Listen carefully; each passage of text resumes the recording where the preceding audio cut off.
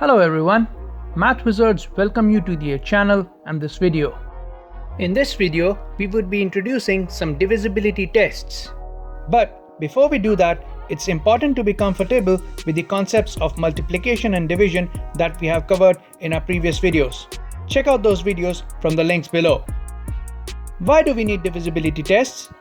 Sometimes we may just need a simple yes or no answer to the question if a certain number is divisible by another number. These tests are quick to perform and save us a lot of time and effort than actual division. For example, can we divide these 27 rings into two equal sets without doing the actual division? We will try to explain the logic behind each test, but there might be some which require the knowledge of algebra which we haven't covered yet. So, we will explain the logic to those tests in another video. Once we see the logic behind those, you would be then in a position to design your own divisibility tests for bigger numbers. First, divisibility test for 1. All numbers are divisible by 1, so no test needed for it. Moving on to the divisibility test for 2, we need to check if the last digit of the number is divisible by 2 or not. If it is divisible, then the number is divisible by 2. It's easy to see why that would be the case because all the multiples of 2 end in the same 5 digits which are all multiples of 2. So, if the last digit is divisible by 2, then the entire number would also be divisible by 2. Next up is the divisibility test for 3. For this, we need to check if the sum of the digits of the number is divisible by 3 or not. Of course, we can add the resultant digits repeatedly till the sum reduces to a single digit, which makes it easier to divide by 3. If the sum is divisible by 3, then the number is divisible by 3 as well. To check the divisibility by 4 for single digit numbers is easy. For numbers having 2 or more digits, we need to check if the number found by the last 2 digits is divisible by 4 or not. If it is divisible, then the number itself is divisible by 4. Checking for divisibility by 5 is very easy as each number divisible by 5 must end either in 5 or 0. This is because all the multiples of 5 alternately end either in 5 or in 0. Hence, if the number does not end in either of these digits, it's not a multiple of 5. To check for divisibility by 6, we need to test the divisibility of the number by 2 and by 3. So, we have to do two tests separately.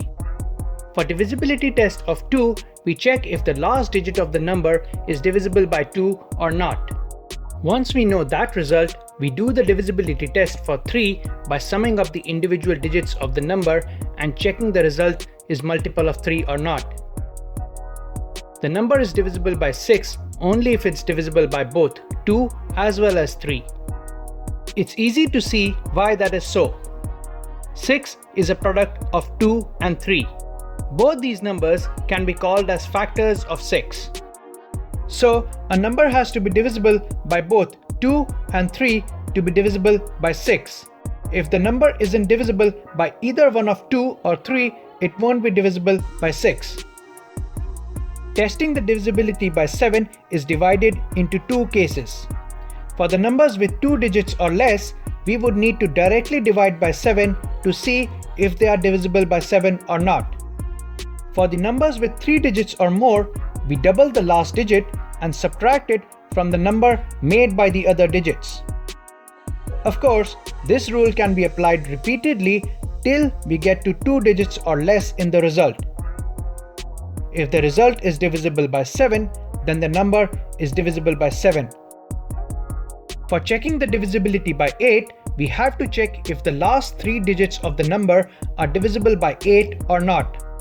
If they are divisible, then the number is divisible by 8. The divisibility test for 9 is similar to the divisibility test for 3. We would have to check if the sum of the individual digits of the number is divisible by 9 or not. Here also, we can repeatedly sum the digits of the resultant numbers till we get to a single digit. If the digit is 9, then the number is divisible by 9. The divisibility test for 10 is straightforward. We just see if the last digit of the number is divisible by 10 or not. If it's divisible, then the number is divisible by 10. It's easy to see the pattern by looking at the multiples of 10. Each multiple of 10 ends with a 0. So effectively, we check if the last digit of the number is 0 or not. In order to know if a number is divisible by 11 or not, we have to calculate the difference of the sum of the alternate digits of that number. Since we are interested only in the difference, we can ignore the negative sign in our result. We can do the same calculation on the resultant number as well till we get a single digit answer. If the result is divisible by 11, then the number is divisible by 11. As is the case with 6, divisibility by 12 requires two tests to be performed. One is to check if the number is divisible by 4, and the other is to check if the number is divisible by 3 using the methods that we have just learned. Only if the number is divisible by both these numbers is it divisible by 12. Similar to 6, 12 is a product of 4 and 3. This forms the basis of the number being divisible by both these digits to be divisible by 12. However, it is important to be careful when confirming the divisibility by a number using its factors, like in the case of 6 and 12. We will be explaining how this rule can be correctly applied in our next video, where we would explain the concepts of GCD and LCM. Don't forget to like and share the video and subscribe to the channel for more content. Good luck!